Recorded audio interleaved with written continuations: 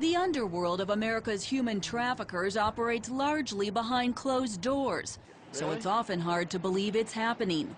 And if you want something really young, that 200, it just costs a little more than that. Sure. But how young you talking? Talk to me.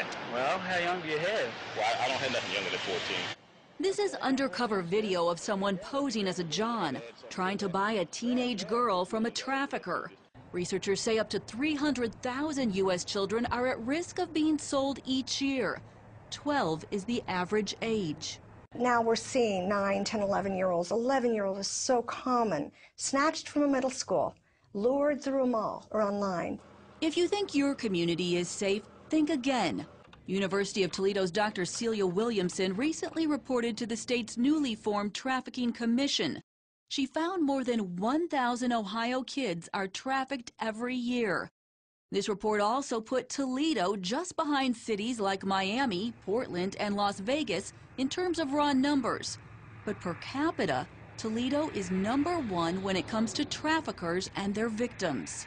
Toledo is an origin city. The kids are recruited here and they're shipped across the country. So when the FBI rescues kids, they may find Toledo kids in Las Vegas, in Atlanta, in Pennsylvania, in California. Justice Department and FBI task forces began targeting the problem nationwide in 2003.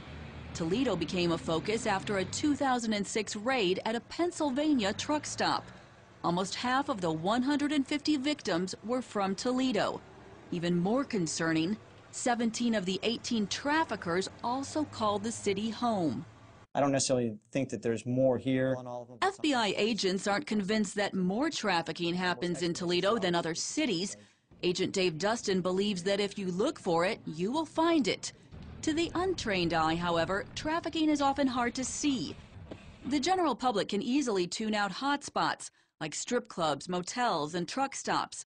You're not going to see kids out on the streets in everyday America, because those are more likely to be the recruitment areas. Those are the areas where our kids are at risk of being recruited and then shipped around the country.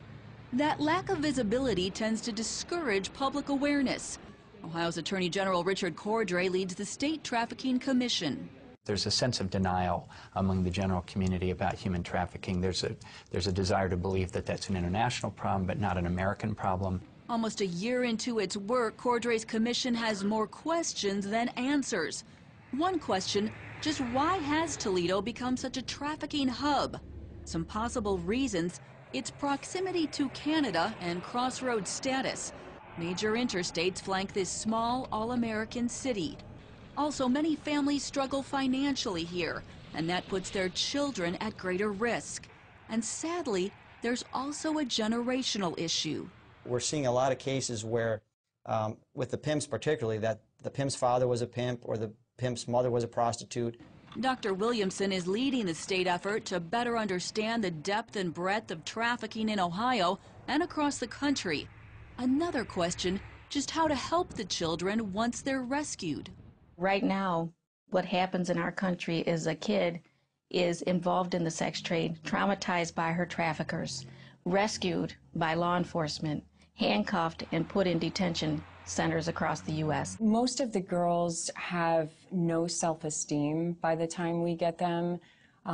They have been beaten. And many times there is no good place to take these shattered girls. Little has been done to understand the best way to rehabilitate the victims of trafficking. You know that this is wrong. You know you don't want to do this. Nobody wants to do this, but you don't know any way out. Like you can't, you don't have any options. You feel like there's nobody that would understand you.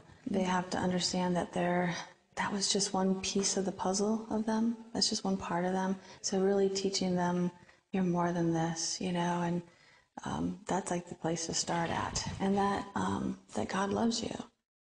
At stake, lives that hang in the balance. Children torn from the streets of Middle America and plunged into darkness. But now, with growing awareness and the outreach of faith, there is more hope than ever. Reporting in Toledo, Heather Sells, CBN News.